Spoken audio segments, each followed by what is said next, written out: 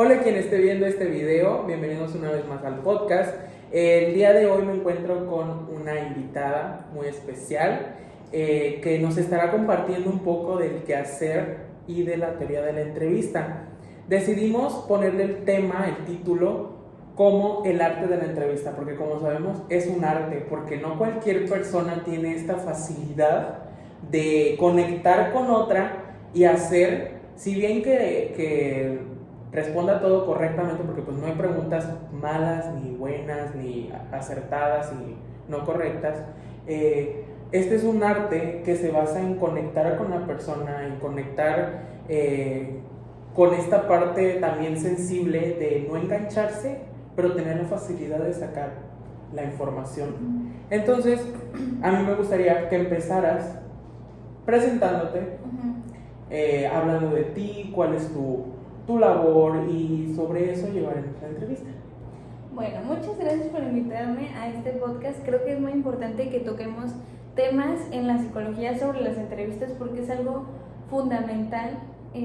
Bueno, primero que nada, mi nombre es Andrea Costa. Yo estudié psicología y soy especializada en entrevistas terapéuticas, y justamente qué bueno que vamos a hablar de este tema porque es algo, o sea, por ejemplo, si tú te metes a cursos de psicología ya como egresado o lo que sea, te metes a cursos de muchas cosas, pero no a cursos de entrevistas, que es una habilidad básica que se toma en cualquier área de la psicología. O sea, obviamente en la clínica, cuando estás dando terapia, tú como psicólogo tienes que saber hacer una buena entrevista, pero también en el área laboral, porque tú te encargas de contratar gente, de ver si alguien es apto o no. También, por ejemplo, en la educativa, pues te toca ahora sí que un tema más difícil porque a veces los niños o los estudiantes no necesariamente quieren ir a una consulta, o sea, no quieren como terapia, pero a lo mejor los mandan a fuerzas, y tú tienes que ver de qué manera entras a su vida y haces que te cuenten las cosas y también proporcionarle ayuda en su problema que tengan. Claro, porque al final de cuentas es una herramienta que, aunque muchos digan, ay, entrevistar, pido un guión, pido un formato y listo, pero no, es una herramienta que se usa en todos los ámbitos en los que acabas de mencionar. Bueno, y esta es una herramienta muy necesaria, o sea, aunque muchos digan, ay,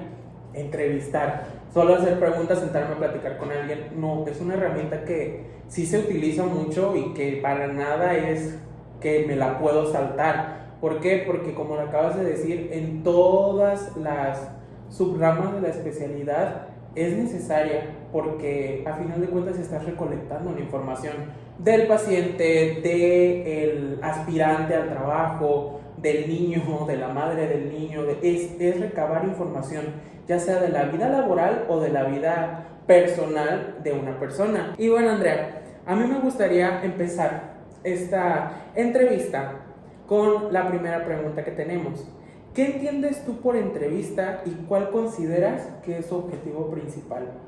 Mira, pues una entrevista, como tú estabas diciendo, o sea, se ve como algo muy a la ligera, o sea, como si fuera, pues nada más le hago conversación y ya le saco datos. Pero es que la diferencia entre una entrevista y una conversación cotidiana es que la entrevista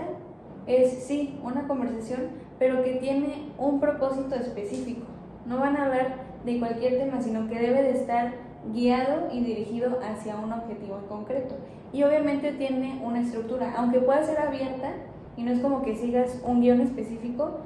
sí lo vas como moldeando hacia el propósito, que es saber de tu paciente, obviamente cubrir todas las áreas que necesitas saber. En este caso, por ejemplo, si hablamos de psicología clínica, pues debes de llevar tú al menos una plantilla con una entrevista de que no, pues primero le voy a preguntar de su trabajo, de su infancia, y luego adolescencia, o sea, como que tener una cierta estructura. Ok, muchas gracias por compartir. También me gustaría saber, desde tu experiencia, ¿qué importancia tiene la relación entrevistador-entrevistado para el desarrollo de una buena entrevista? Pues mira, el entrevistado, obviamente muchas veces nosotros como entrevistadores no tenemos como la elección de cómo queremos que sea. Ahora sí que básicamente los entrevistadores somos los que nos encargamos de llevar a cabo correctamente el proceso y también de seguir lineamientos éticos dentro pues del ámbito de la psicología. porque pues nos puede tocar como entrevistado cualquier tipo de persona, o sea, una persona muy introvertida que le cuesta mucho trabajo como abrirse, entonces ahí dices, tengo que llevar las preguntas como, y mi actitud en otra dirección, o a lo mejor te llega una persona muy extrovertida que habla mucho, que incluso hasta necesita que tú como entrevistador le pongas un alto para redirigir la entrevista. Entonces, esta relación entre entrevistador y entrevistado, pues es más que nada que el entrevistador se haga cargo de siempre tener en mente el objetivo por el cual lo está haciendo y también saber guiarlo en la entrevista para que no te vayas a otro lado. También está la cuestión del tiempo, o sea, muchas veces las sesiones pueden durar como 1 hora, hay algunas que incluso hasta duran media hora, hay psicólogos que se tardan 2 horas. Si es una entrevista inicial, obviamente te vas a tardar más de 1 hora. Incluso le dices al entrevistado de que, pues mira, para esta terapia me voy a tomar, para nuestro inicio como terapia, me voy a tomar 2, 3 sesiones de pura entrevista inicial. Entonces, aunque tú tengas, pues no sé, ponle 3 horas para hacer la entrevista, tienes que siempre estar en tu mente viendo que el tiempo, o sea, estar muy observador, muy analista de todo lo que pasa y justamente no solo observador de tus tiempos y tú cómo lo estás haciendo, sino de cómo está el paciente y de su personalidad para poder guiarlo correctamente. Y tú como psicólogo tener esa capacidad, habilidad que vas desarrollando de conectar con diferentes personalidades. Claro, es que precisamente esto es algo que nosotros como psicólogos debemos de tener, porque de nada sirve, o eso es un pensamiento mío, de nada sirve que te hayas comido todos los libros de la licenciatura, de nada sirve que te hayas empapado de la información de los maestros, porque al final de cuentas los libros solo son un apoyo. La verdadera experiencia viene en el campo laboral y como tú dices, muchas veces uno se enfrenta a distintas personalidades, a distintos escenarios y justamente también es muy importante eso de los tiempos porque sabemos que no va a ser igual una entrevista natural de primera sesión a una entrevista de trabajo cuando los tiempos son más acelerados y obviamente también hay otro tipo de preguntas. Pero me parece muy bien esta parte que dices de estar como abiertos al panorama, de que no somos robots, somos personas, entonces cada quien va a traer una historia diferente, cada quien va a traer una problemática diferente y al final como terapeuta a nosotros nos corresponde el encauzar para poder sacar la mayor información de la persona y obviamente trabajar en terapia en base a eso, bueno, laboral, saber si es apto para lo que nosotros estamos buscando.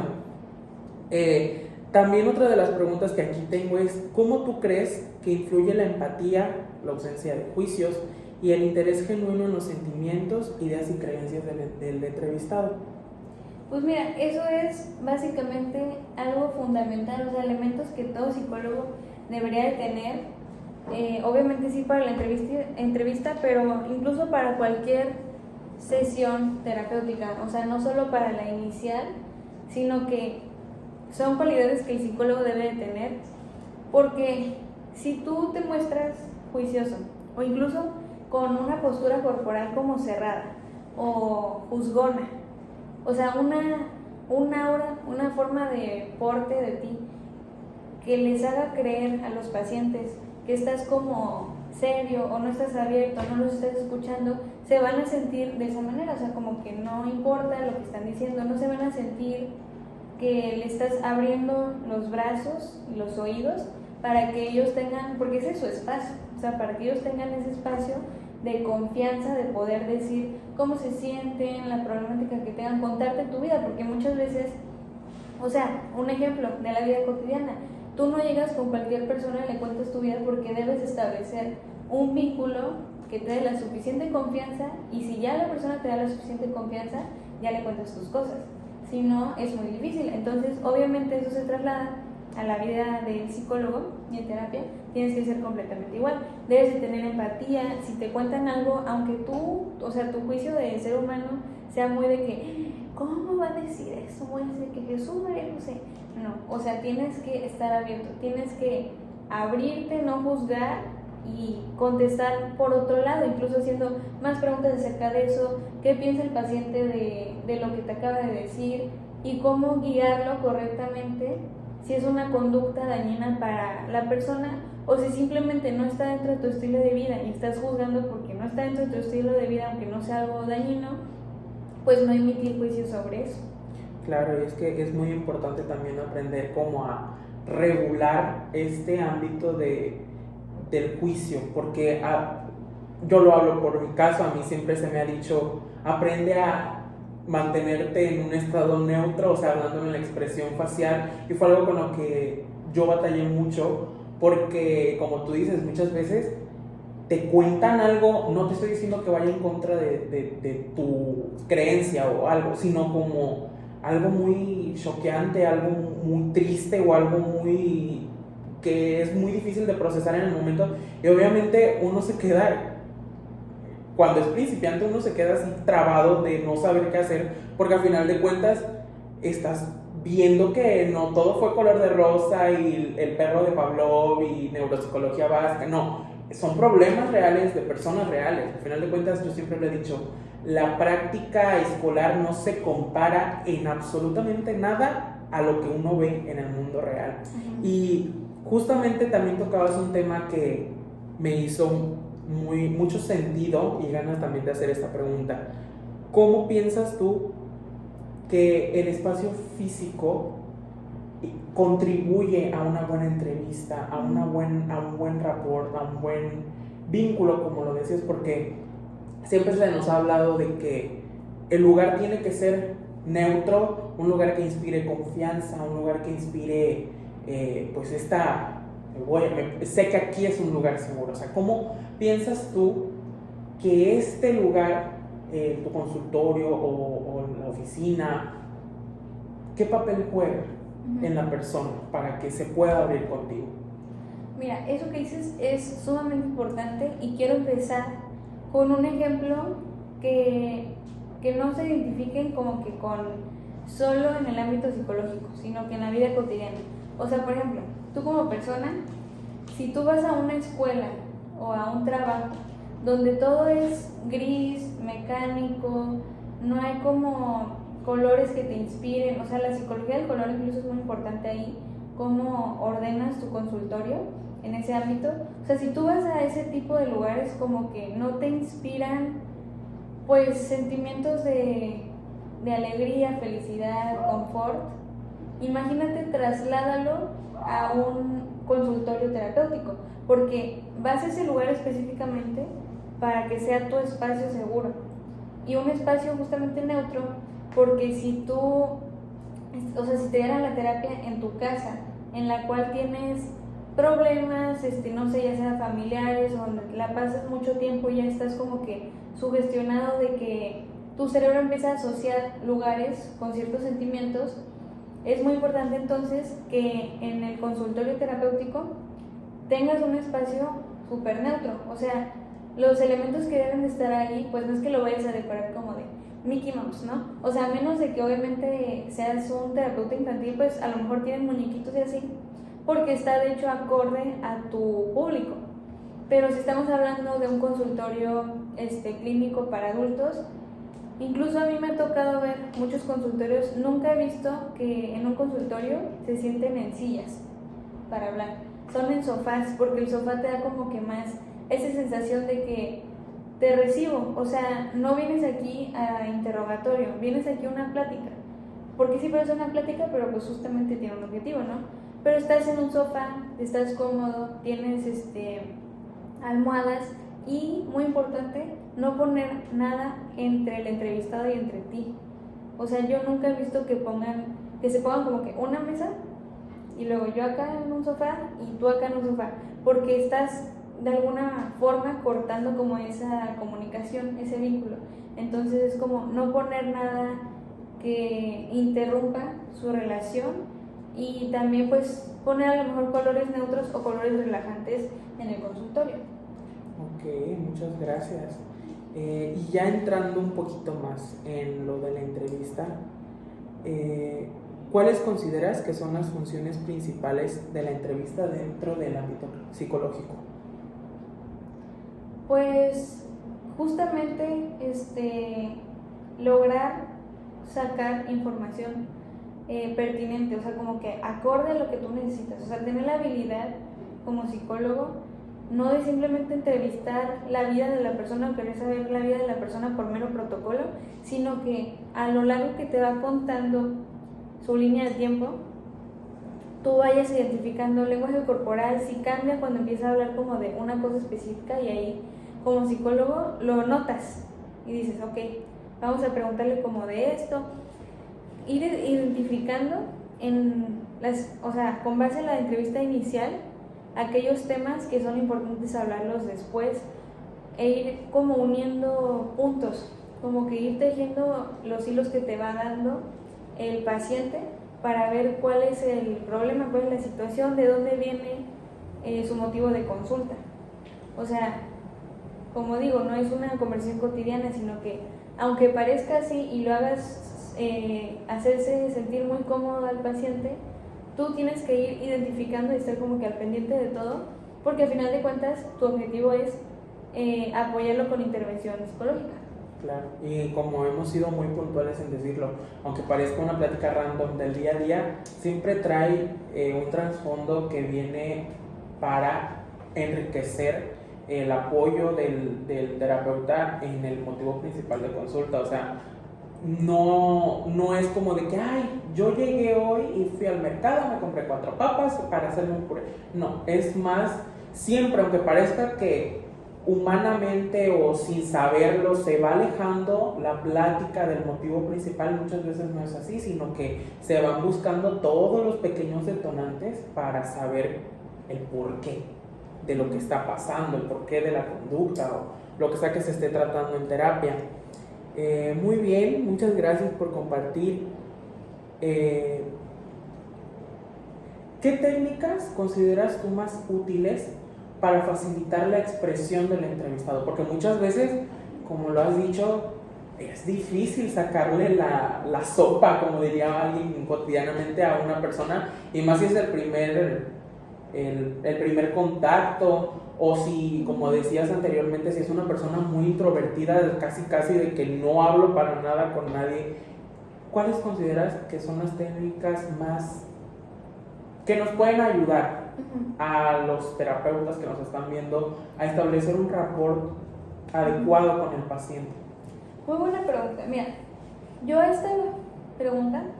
la respondo con que primero que nada, o sea, hay muchas técnicas, ¿no? Existen muchas técnicas que puedes ocupar, pero lo más importante es tu observación como psicólogo en medir a la persona, ver como que detectar su personalidad, cómo es su forma de ser, para ver entonces qué técnicas sí puedes emplear. Porque a lo mejor yo te puedo decir las top 5 de un puesto que yo no sé por qué lo clasifiqué así, porque más bien acomodas las técnicas dependiendo de la personalidad. Porque, por ejemplo, si tú estás con una persona muy introvertida, no vas a ocupar la técnica del silencio a lo mejor, porque lo vas a hacer a lo mejor un poquito no tan dinámico, o sea, no lo vas a impulsar a que hable, y puede que se sienta incómodo, a lo mejor en las primeras sesiones, porque todavía no se conocen tanto. Pero a lo mejor con una persona extrovertida, pero que a lo mejor no te quiere decir bien el problema, si ocupas la técnica del silencio, porque sabes que se va a ver orillado a hablar si existe un silencio de repente en la entrevista. Y a lo mejor eso va a propiciar a que te cuente el problema que tiene o la situación que se está presentando. También, por ejemplo, está la técnica del eco, que esa sí yo siento que es como que muy clave para cualquier psicólogo y cualquier tipo de personalidad, porque siempre hace que la otra persona se sienta comprendida. Porque ¿en qué consiste esta técnica del eco? Por ejemplo, que tú llegues y me digas, no, pues me siento muy triste porque fulanita me cortó en mi relación y yo confié mucho en ella, entonces me siento como muy dolido. Entonces yo, en vez de repetirte lo mismo que tú me dijiste, yo te lo voy a modificar y te lo voy a decir como en otras palabras, como explicándote lo que tú me acabas de explicar, pero de una manera distinta, como preguntándote si es así que te sientes, como preguntándote si te entendí, para que tú te puedas sentir, exacto, justamente así. O decir, no, o sea, no específicamente, sino que más bien va por este lado. Y, o sea, así como da confort al entrevistado, también puede orillar a que inicie o siga la plática, porque a lo mejor te puede corregir o pueden seguir comentando de ese tema. Pues sí existen varias técnicas, por ejemplo aquí tengo algunas que me gustaría decirte. También está el de la confrontación, que sucede, por ejemplo, cuando una persona te está contando de un tema como que muy elocuente, ¿no? Pero tú detectas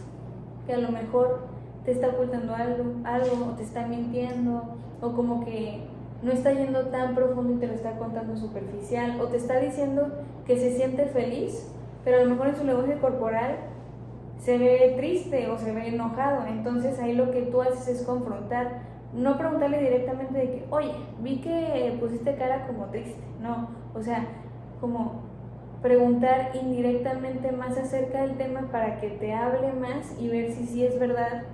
y él tiene coherencia lo que te está diciendo. Y pues así otras técnicas, pero te digo, depende de la personalidad, yo creo. Ok, muchas gracias por explicarnos un poquito de estas técnicas, porque pues a lo mejor para quien no es terapeuta dice de qué me está hablando esta persona, ¿no? Uh-huh. Pero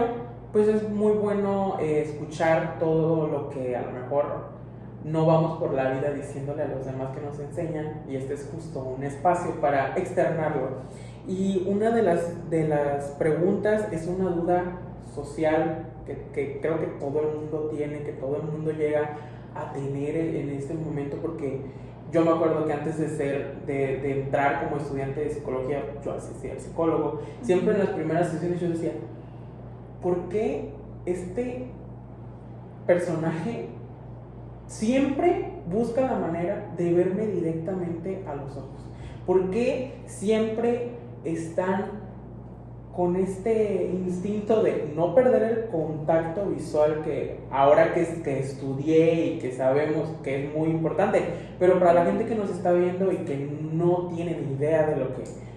que estamos hablando a lo mejor, o que se han llegado a hacer esta pregunta, me resultó muy curioso explicarlo.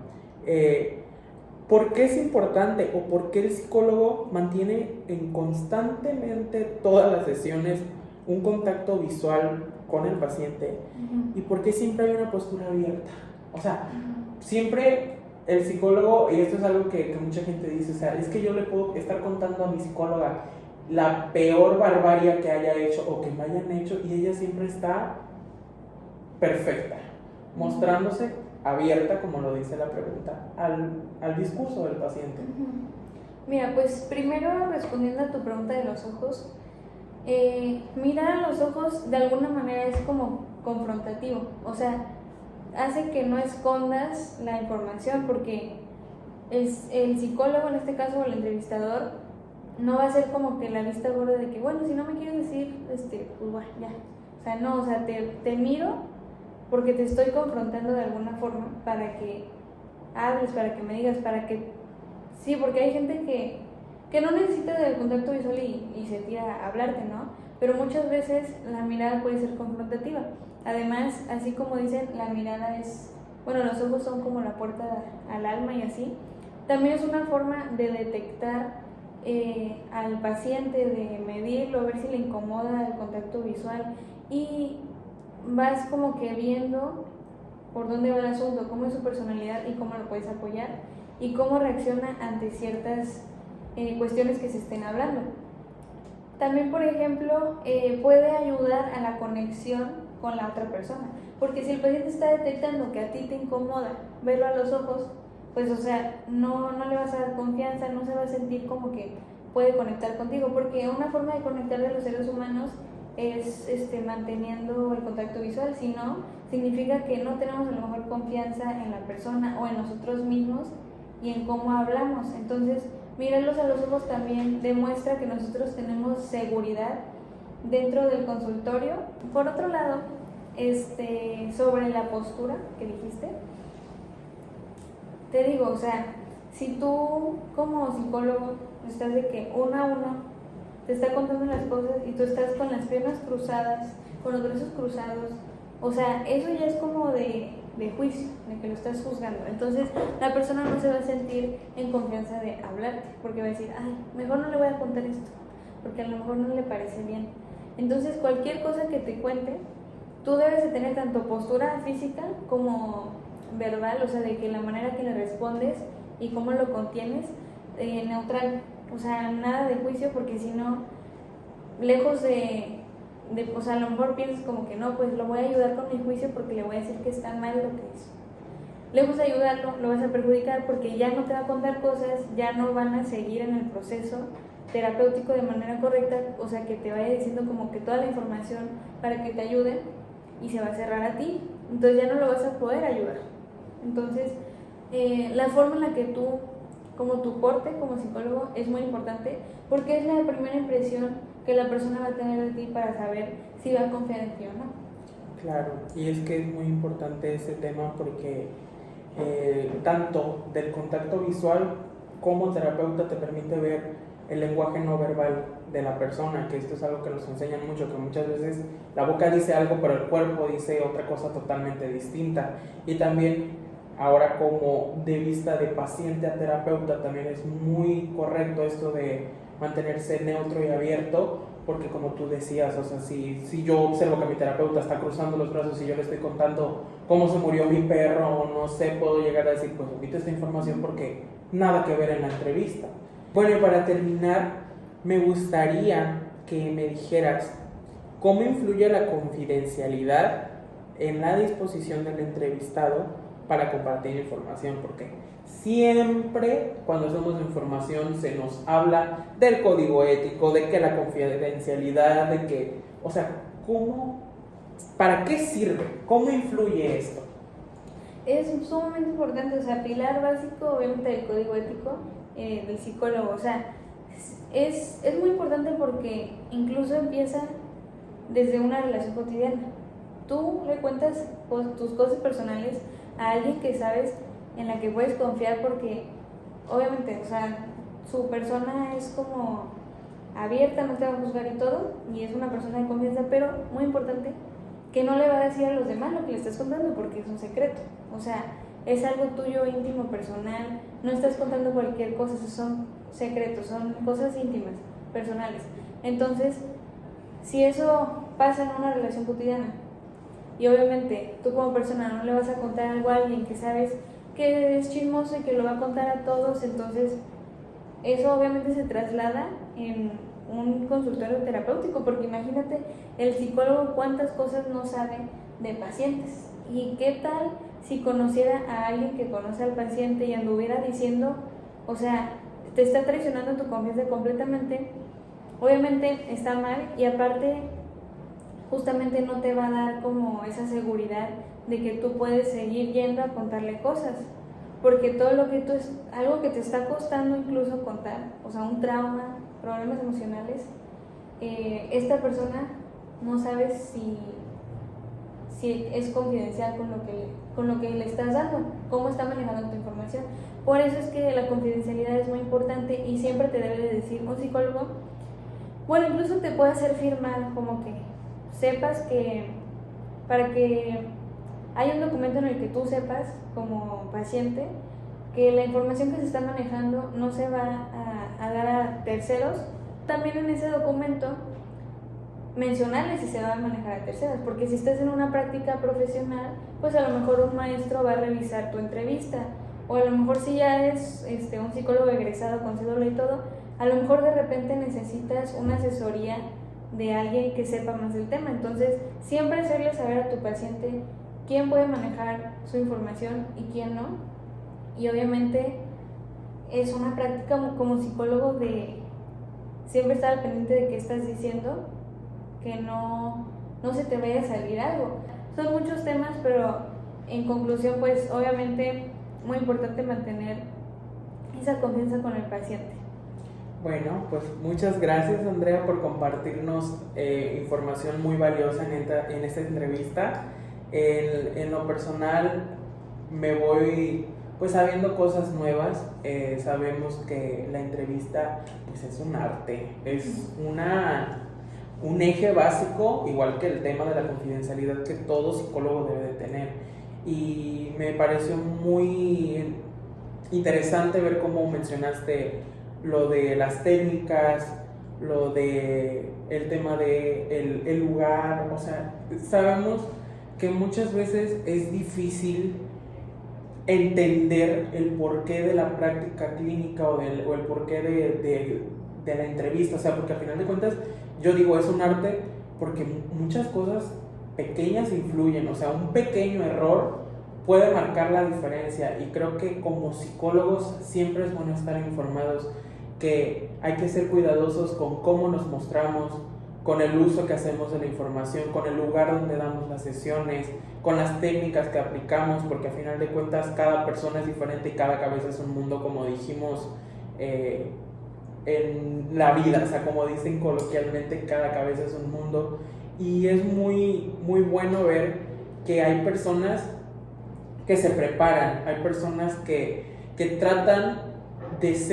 seguir siendo esta parte del buen psicólogo, de tú tienes esta personalidad, a ti me voy a enfocar esta técnica porque a ti te sirve, y a ti esta otra técnica porque a ti te sirve más. Y eso es muy reconfortante, porque vemos que